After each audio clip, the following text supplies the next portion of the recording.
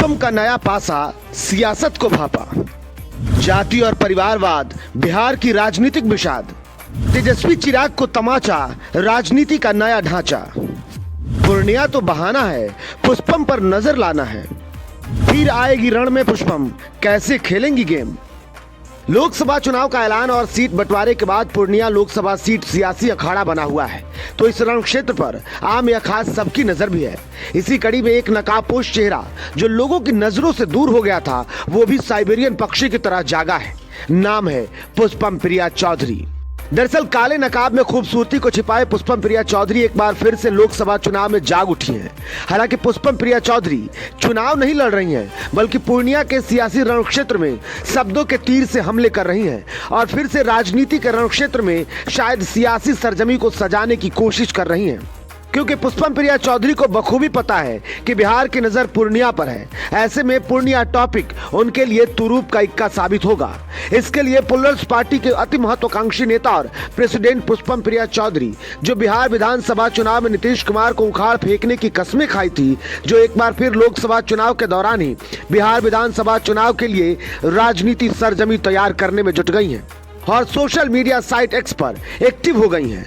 पुष्पम प्रिया चौधरी ने एक्टिव होते ही एक्स पर लिखा है कि पूर्णिया पुख्ता प्रमाण है कि बिहार में जाति एक थोथा नारा है। संघर्ष सिर्फ परिवार और मुट्ठी भर दलालों तक सत्ता को सीमित रखने का है।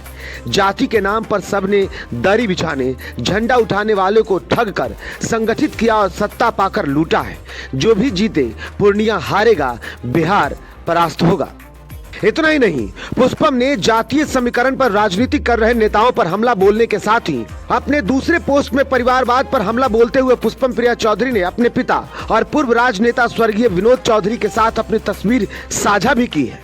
पुष्पम प्रिया चौधरी ने लिखा है, देख रहे हैं ना विनोद बाबू, बिहार में सब नकली नेता लोग बेटा बेटी को लॉन्च कर रहे हैं।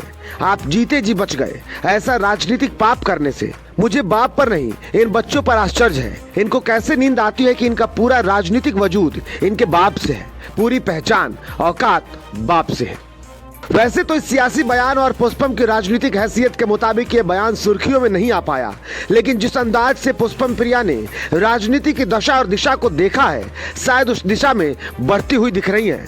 पहले परिवारवाद और अब जातीय समीकरण पर भी सियासत को उतारू हैं।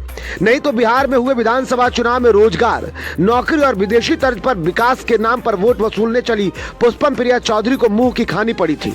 इतना ही नहीं, सियासी समझ नहीं होने की आलोचना के साथ जनता ने राजनीतिक पृष्ठभूमि के बावजूद ऐसे नकारा था जैसे यह एहसास करा सके कि विदेशी ज्ञान और विज्ञान समझने के लिए तो बेहतर है, लेकिन बिहार की राजनीतिक समझनी है तो पहले खेतों में झुलसते किसान, अस्पतालों में मरते मरीजों और शिक्षा के लिए सरकारी स्कूलों से प्राइवेट स्कूलों तक का सफर करने वाले बच्चों के साथ वक्त बिताना पड़ेगा।